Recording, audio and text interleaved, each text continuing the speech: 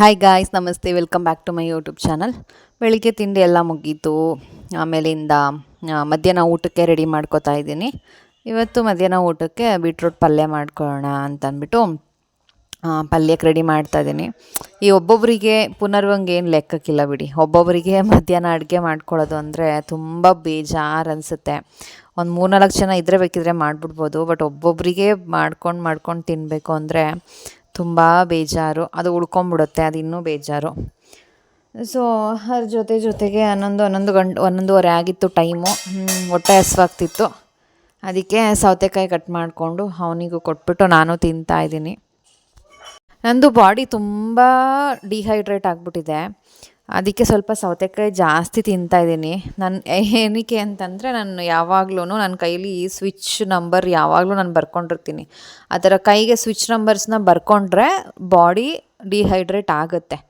So ಆಮೇಲೆ ಈಗ ಸ್ವಲ್ಪ ಈ ಟೈಮಲ್ಲಿ ಇನ್ನೂ ಜಾಸ್ತಿ ನೀರು ಕುಡಿಬೇಕಲ್ವ, ಅದು ಸಾಕಾಗ್ತಿಲ್ಲ. ಹಂಗಾಗಿ ಸ್ವಲ್ಪ ಎಲ್ಲ ಸ್ಕಿನ್ನೆಲ್ಲ ಫುಲ್ಲು ಡ್ರೈ ಅನ್ಸೋಕ್ಕೆ ಸ್ಟಾರ್ಟ್ ಆಗಿಬಿಟ್ಟಿದೆ. ಕಲ್ಲಂಗಡಿ ಹಣ್ಣು ತಿನ್ನೋಣ ಅನಿಸುತ್ತೆ, ಆದರೆ ಎಲ್ಲೂ ಸರಿಯಾಗಿ ಸಿಗ್ತಾ ಇಲ್ಲ ಇವಾಗ ಕಲ್ಲಂಗಡಿ ಹಣ್ಣು. ನಾನು ಹುಡುಕ್ತಾ ಇದ್ದೀನಿ. ಸೊ ಹಂಗಾಗಿ ಸದ್ಯಕ್ಕೆ ಸೌತೆಕಾಯಿ ಸಿಗ್ತಿದೆ. ಅದಕ್ಕೆ ಜಾಸ್ತಿ ನಾನು ವಿಡಿಯೋದಲ್ಲಿ ನೀವು ನೋಡಿರ್ಬೋದು, ಸುಮಾರು ಸಲ ಬರೀ ಸೌತೆಕಾಯಿನೇ ಜಾಸ್ತಿ ತೊಗೋತಾ ಇದ್ದೀನಿ ನಾನು. ಅವನಿಗೂ ಅಷ್ಟೇ, ಪಾಪುನೂ ಅಷ್ಟೇ, ತುಂಬ ಇಷ್ಟಪಟ್ಟು ಸೌತೆಕಾಯಿನ ತಿಂತಾಯಿದ್ದಾನೆ. ಹಾಗಾಗಿ ಅದೇ ಯಾವಾಗಲೂ ಮನೇಲಿ ಸ್ಟಾಕ್ ಅಂತೂ ಇದ್ದೇ ಇರುತ್ತೆ ಇವಾಗ. ಆ್ಯಕ್ಚುಲಿ ಪ್ರೆಗ್ನೆನ್ಸಿ ಟೈಮಲ್ಲಿ ಜಾಸ್ತಿ ನೀರು ಕುಡಿಬೇಕು. ಯೂಶ್ವಲಿ ಎಲ್ಲರೂ ಕುಡಿಲೇಬೇಕು ಜಾಸ್ತಿ, ಬಟ್ ಈ ಟೈಮಲ್ಲಿ ಇನ್ನೂ ಜಾಸ್ತಿನೇ ಕುಡಿಬೇಕಾಗತ್ತೆ. ಬಟ್ ನೀರು ಕುಡಿಯೋ ವಿಷಯದಲ್ಲಿ ಮಾತ್ರ ನಾನು ಸಿಕ್ಕಾಪಟ್ಟೆ ಸೋಂಬೇರಿ. ಪುನರ್ವನ್ ಪ್ರೆಗ್ನೆನ್ಸಿಲೂ ಅಷ್ಟೇ, ನಾನು ಜಾಸ್ತಿ ಯಾವಾಗಲೂ ನೀರು ಕುಡಿತಾ ಇರಲಿಲ್ಲ. ಇವಾಗ ಮನೇಲೇ ಇದ್ದೀನಿ, ಕುಡಿಬೋದು. ಇವಾಗಲೂ ನಾನು ಜಾಸ್ತಿ ನೀರು ಕುಡಿಯೋಕ್ಕಾಗಲ್ಲ.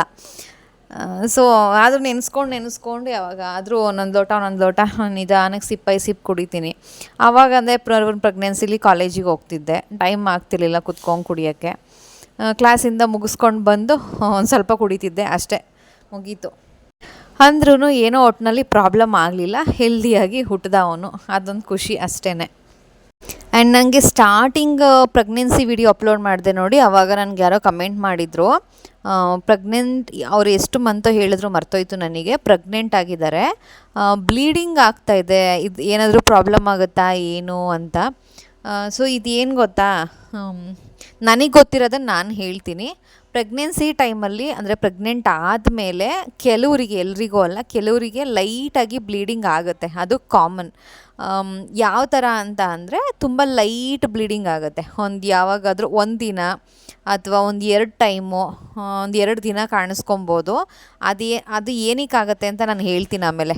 ಆದರೆ ಅದನ್ನು ನೆನ್ಪಿಟ್ಕೊಳ್ಳಿ, ಅದಕ್ಕಿಂತ ಜಾಸ್ತಿ ನಿಮಗೆ ಬ್ಲೀಡಿಂಗ್ ಆಗ್ತಾಯಿದೆ, 1 ದಿನಕ್ಕಿಂತ ಜಾಸ್ತಿ 2 ದಿನ 3 ದಿನ ಬ್ಲೀಡಿಂಗ್ ಆಗ್ತಾಯಿದೆ ಅಂತಂದರೆ ಅದು ಖಂಡಿತ ಏನೋ ಪ್ರಾಬ್ಲಮ್ ಆಗುತ್ತೆ. ಹೋಗಿ ತೋರಿಸ್ಕೊಂಬಿಡಿ.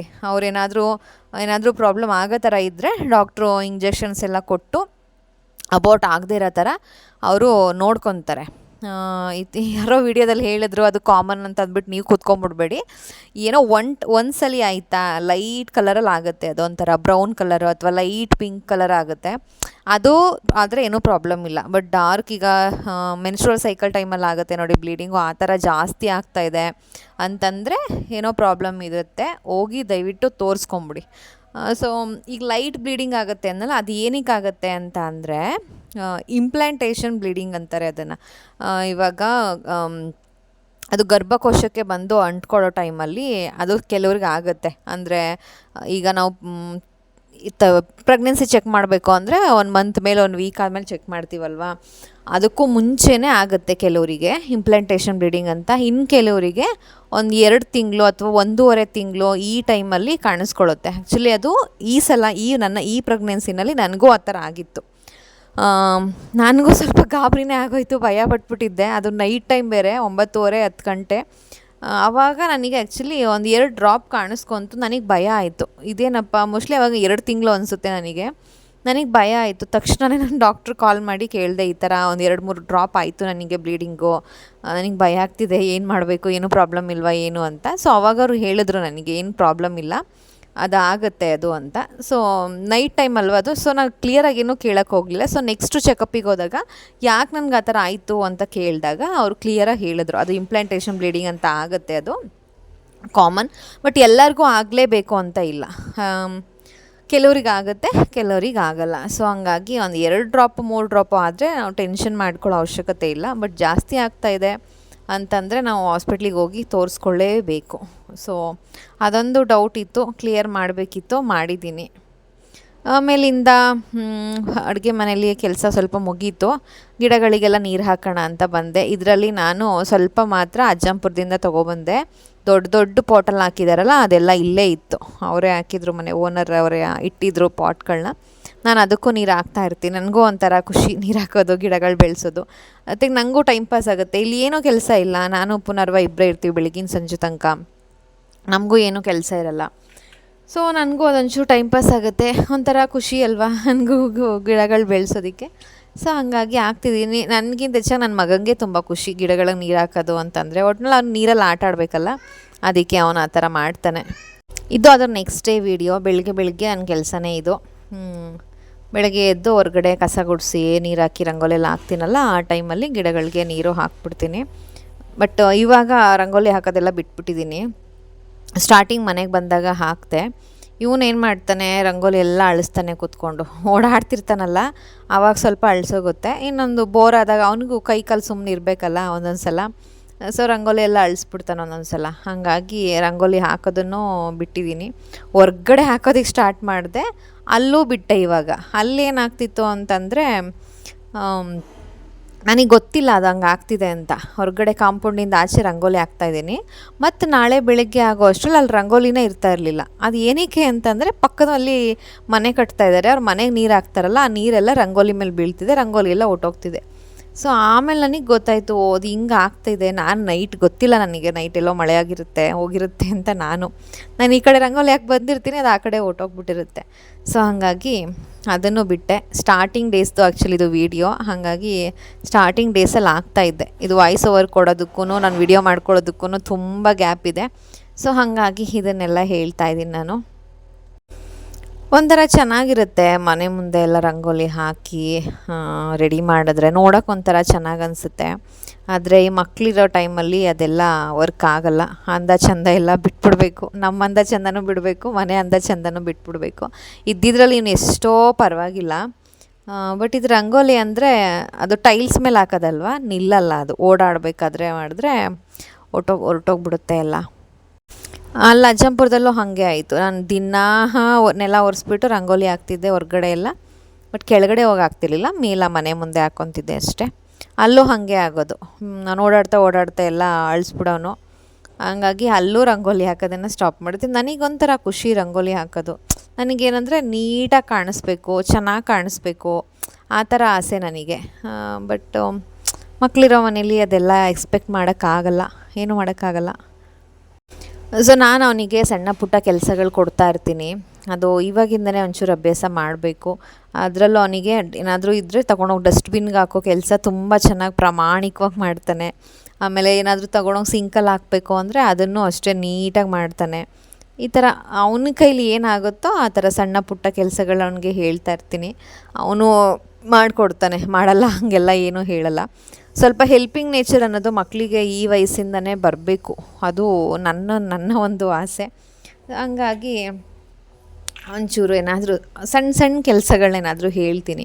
ಅವನಿಗೂ ಮೂಡ್ ಚೆನ್ನಾಗಿರುತ್ತಲ್ಲ, ಮಾಡ್ತಾನೆ. ಮತ್ತು ಆಮೇಲೆ 11:30 ಹಾಗೆ ಅವನಿಗೇನಾದರೂ ಕೊಡ್ತಿದ್ನಲ್ಲ ಡೈಲಿ, ಹಾಗೆ ಇವತ್ತು ಗ್ರೇಪ್ಸ್ ಕೊಟ್ಟಿದ್ದೀನಿ, ತಿಂತಾ ಇದ್ದಾನೆ. ನನಗಂತೂ ಅಡುಗೆ ಮನೆ ಎಷ್ಟು ಕ್ಲೀನ್ ಮಾಡಿದ್ರೂ ಒಂಥರ ಮನಸ್ಸಿಗೆ ಅದು ಒಪ್ತಾನೇ ಇಲ್ಲ. ಯಾಕಂದರೆ ಏನೂ ಅರೇಂಜ್ ಮಾಡ್ಕೊಳ್ತಾ ಇಲ್ವಲ್ಲ, ಬಾಕ್ಸಿಗೆಲ್ಲ ಸಾಮಾನೆಲ್ಲ ಹಾಕಿ ಹಂಗಂಗೆ ಇಟ್ಕೊಂಡಿರೋದ್ರಿಂದ ಅದೇನೋ ಒಂಥರ ನನ್ನ ಮನಸ್ಸಿಗೆ ಸಮಾಧಾನವೇ ಇಲ್ಲ. ನಾನು ಅಡುಗೆ ಮನೆ ನನಗೆ ಇಷ್ಟ ಆಗ್ತಿಲ್ಲ ಇವಾಗ, ಹಾಗೆ ಅದನ್ನು ನಾನು ಇಟ್ಟಿರೋದು.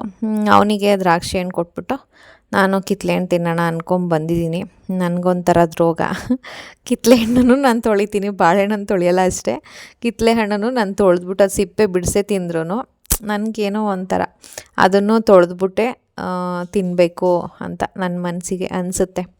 ಹಾಗಾಗಿ ಅದನ್ನು ತೊಳೆದ್ಬಿಟ್ಟೆ ನಾನು ಸಿಪ್ಪೆ ಬಿಡಿಸ್ಬಿಟ್ಟೆ ತಿನ್ನೋದು. ಈ ಪ್ರೆಗ್ನೆನ್ಸಿಲಿ ಮಾತ್ರ ಕಿತ್ತಳೆ ಹಣ್ಣು ಮತ್ತು ಸೌತೆಕಾಯಿ ಜಾಸ್ತಿ ತೊಗೋತಾ ಇದ್ದೀನಿ. ಅದರಲ್ಲೂ ಸೌತೆಕಾಯಿ ಜಾಸ್ತಿ. ಇವಾಗ ಸ್ಟಾರ್ಟಿಂಗಲ್ಲೆಲ್ಲ ನಾನು ತಿಂದಿದ್ದು ಹಣ್ಣು ತಿಂದಿದ್ದೀನಿ ಅಂದರೆ ಅದು ಕಿತ್ತಳೆ ಹಣ್ಣು ಮಾತ್ರ. ಅದು ಒಂದೇ ನನಗೆ ರುಚಿ ಕೊಡ್ತಾ ಇದ್ದಿದ್ದು, ಇನ್ನು ಯಾವುದೂ ಇಷ್ಟ ಆಗ್ತಿರ್ಲಿಲ್ಲ. ಅದು ಉಪ್ಪು ಖಾರ ಹಾಕ್ಕೊಂಡು ತಿನ್ಬೋದಿತ್ತಲ್ಲ, ಅದಕ್ಕೋಸ್ಕರ ಜಾಸ್ತಿ ತಿಂದಿದ್ದೀನಿ ಕಿತ್ತಳೆ ಹಣ್ಣು. ಹಣ್ಣು ತಿನ್ನೋದ್ರೆ ವಾಮಿಟ್ ಆಗ್ತಿತ್ತು, ಬರೀ ರಸ ಕುಡ್ಕೊಂಡು ಸುಮ್ಮನಿದ್ರೆ ವಾಮಿಟ್ ಆಗ್ತಿರ್ಲಿಲ್ಲ. ಹಣ್ಣೇನಾದರೂ ತಿನ್ನೋಕೆ ಹೋದರೆ ಅದು ವಾಮಿಟ್ ಆಗ್ತಿತ್ತು. ಆದರೆ ಆಗಲಿ ಅಂದ್ಬಿಟ್ಟು ಹೆಂಗೋ ಕಷ್ಟಪಟ್ಟು ಅದನ್ನು ತಿನ್ಕೊಂಬಿಡ್ತಿದ್ದೆ ಅವಾಗ. ಆದರೂ ಒಟ್ಟಿನಲ್ಲಿ ಈ ಒಂದು ಪ್ರೆಗ್ನೆನ್ಸಿ ಮಾತ್ರ ಒಂದು 3 ತಿಂಗಳು ಕಂಪ್ಲೀಟ್ ಆಗೋವರೆಗೂ ನಂಗೆ ನಿಜವಾಗ್ಲೂ ಇಷ್ಟನೇ ಆಗಲಿಲ್ಲ ನನ್ನ ಪ್ರೆಗ್ನೆನ್ಸಿ. ಆ ಥರ ಇತ್ತು. ಆ ವಾಮಿಟಿಂಗು, ಅಯ್ಯಪ್ಪ, ಅದು ನನ್ನ ಶತ್ರುಗೂ ಬೇಡ ಅನ್ನಿಸ್ಬಿಡುತ್ತೆ ಆ ವಾಮಿಟಿಂಗ್ ಮಾತ್ರ. ಅದು ನಾಲ್ಗೆಲ್ಲ ಒಂಥರ ಅನ್ನಿಸ್ತಿರುತ್ತೆ. ಅದು ಏನು ತಿನ್ನೋಕ್ಕೂ ಒಂಥರ ಅಸಹ್ಯ ಅನಿಸುತ್ತೆ. ಎಲ್ಲ ಬೇಜಾರು ಅಂತಲೇ ಅನಿಸುತ್ತೆ. ಸೊ ಇದು ಸಂಜೆ ವಿಡಿಯೋ. ಅದು ಗುರುವಾರ ಆ್ಯಕ್ಚುಲಿ ಇದು. ಹಾಗಾಗಿ ರಾಘವೇಂದ್ರ ಸ್ವಾಮಿ ದೇವಸ್ಥಾನಕ್ಕೆ ಹೋಗಿ ಬರೋಣ ಅಂತಂದ್ಬಿಟ್ಟು ಹೊರಟ್ವಿ. ನಾನೇನು ರೆಗ್ಯುಲರಾಗಿ ಏನು ಹೋಗಲ್ಲ, ಬಟ್ ಏನಕ್ಕೆ ಹೊರಟ್ವಿ ಅಂತಂದರೆ, ಪಾಪ ಬೆಳಗ್ಗಿಂದ ಸಂಜೆ ತನಕ ಪಾಪು ನನ್ನೊಬ್ಬಳ ಜೊತೆಗೇ ಇರ್ತಾನೆ. ಅವನಿಗೂ ಒಂದು ಚೇಂಜಸ್ ಬೇಕಲ್ಲ. ಹಾಗಾಗಿ ಅವನೊಂದು 2 ರೌಂಡ್ ಹೊಡ್ಸ್ಕೊಂಬರೋಣ ಅನ್ನೋ ರೀಸನ್ಗೋಸ್ಕರ, ಇನ್ನೆಲ್ಲಿ ಹೋಗೋದಿಲ್ಲ, ಇನ್ನೇನು ಇಲ್ಲ ಹೋಗೋಕ್ಕೆ, ಅಟ್ಲೀಸ್ಟ್ ಟೆಂಪಲ್ಗಾದರೂ ಹೋಗಿ ಬರೋಣ ಅಂತಂದ್ಬಿಟ್ಟು ಹೋಗ್ಬಿಟ್ಟು ಬಂದ್ವಿ. ಓಕೆ ಗಾಯ್ಸ್, ಈ ವ್ಲಾಗ್ನ ನಾನು ಇಲ್ಲಿಗೆ ಎಂಡ್ ಮಾಡ್ತಾಯಿದ್ದೀನಿ. ಮತ್ತು ಹೊಸ ವ್ಲಾಗ್ ಜೊತೆ ನಿಮಗೆ ನಾನು ಸಿಗ್ತೀನಿ. ಏನಾದರೂ ಇದ್ದರೆ ನನಗೆ ಕಮೆಂಟ್ ಮಾಡಿ. ಬಾಯ್.